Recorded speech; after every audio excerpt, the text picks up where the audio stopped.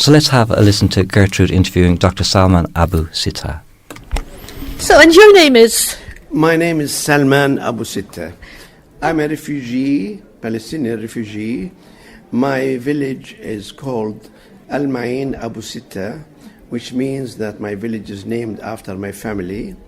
This village is very close to the armistice line enclosing Gaza Strip. In other words, I could go home if allowed by just walking for 1 mile. That will be my home. So I became a refugee at the age of 10, and all my life I have been trying to return home.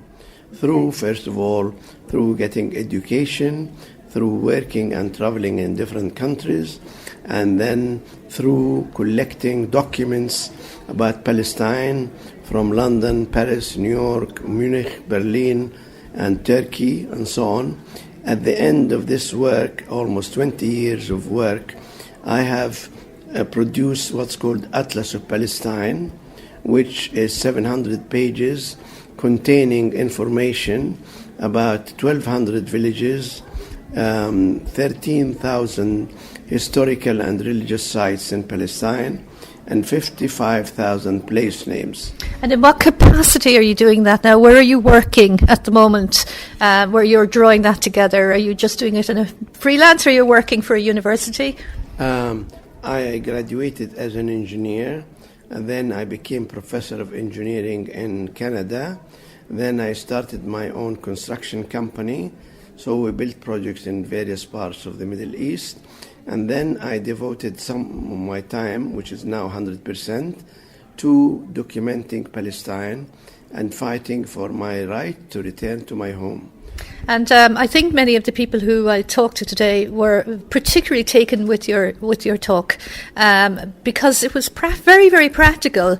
And you might explain to our audience a little bit, just maybe a few key points out of your talk, if you don't mind. It was just very, very practical, and it seemed very sensible to a lot of people. And I know that you got a lot of people actually stood up and clapped, which they didn't for everybody. So you might actually share some of your ideas, if that's okay. As I said, Palestine is very well documented country. It was not available to us, these documents, because Israel took the land and they took all the files and all the documents and are not accessible to us. That's why I spent 20 years trying to collect these documents.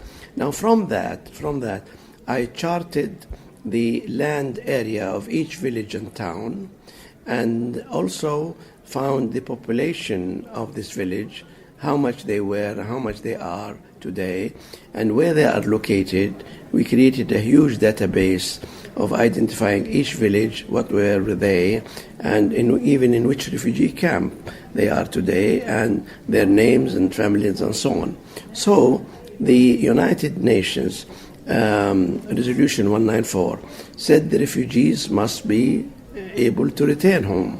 And that is a principle of the United Declaration of Human Rights. So it is not a novelty. Mm-hmm. Everyone expelled from his home, even if he left voluntarily, must be allowed to return home. So I started to say, if the world and international law says we must go home, if we were about 1.5 million, now we are 12 million, and we are determined to go home, if we have not given up our right to return home, how can we actually create a plan to do that in detail?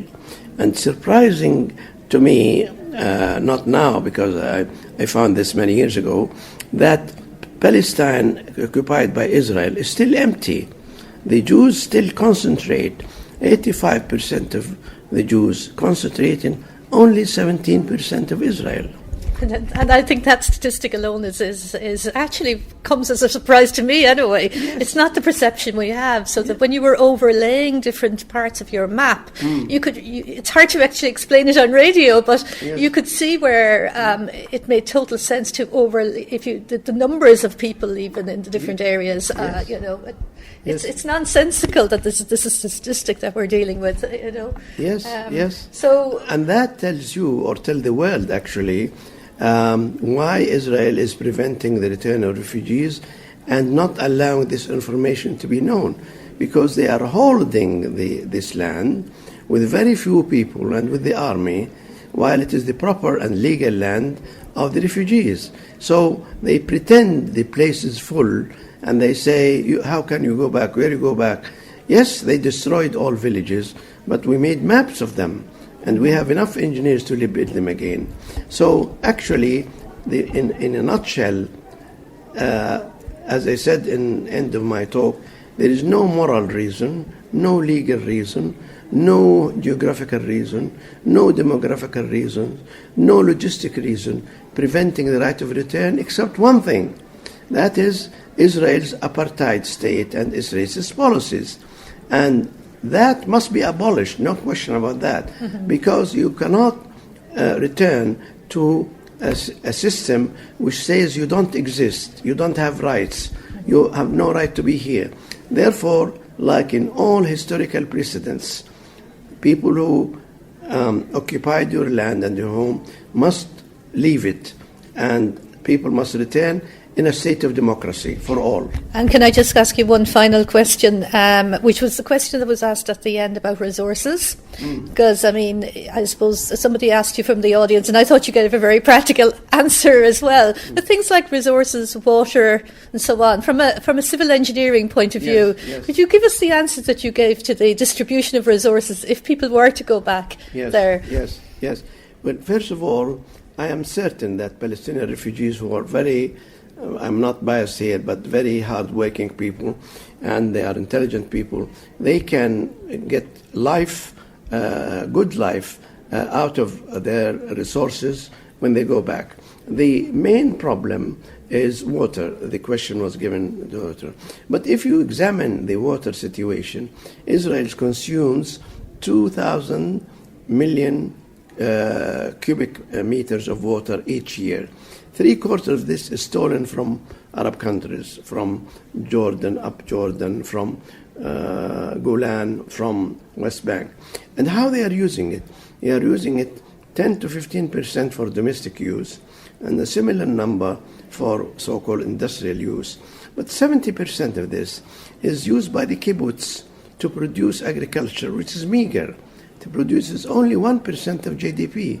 And now, why do they stick to that? Why do they take over so much huge land and use so much water resources to produce 1% return in economy, which they can compensate by other means? The reason is they don't want the refugees to come back.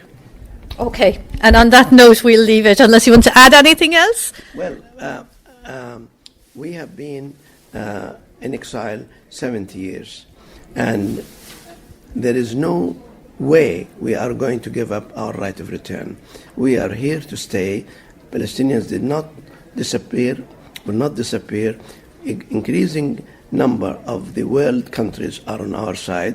I happily say, including Ireland, and we shall return, no doubt about that. Well, I wish you the best of luck with your fantastic work, and thank you very much for giving me this time. Thank you. And that was Gertrude Cotter in conversation with Dr. Salman Abu Sita from the Land Society of Palestine, and he was presenting some very interesting research that he has done personally on the demography of return, which is the Palestinian people's wish to return.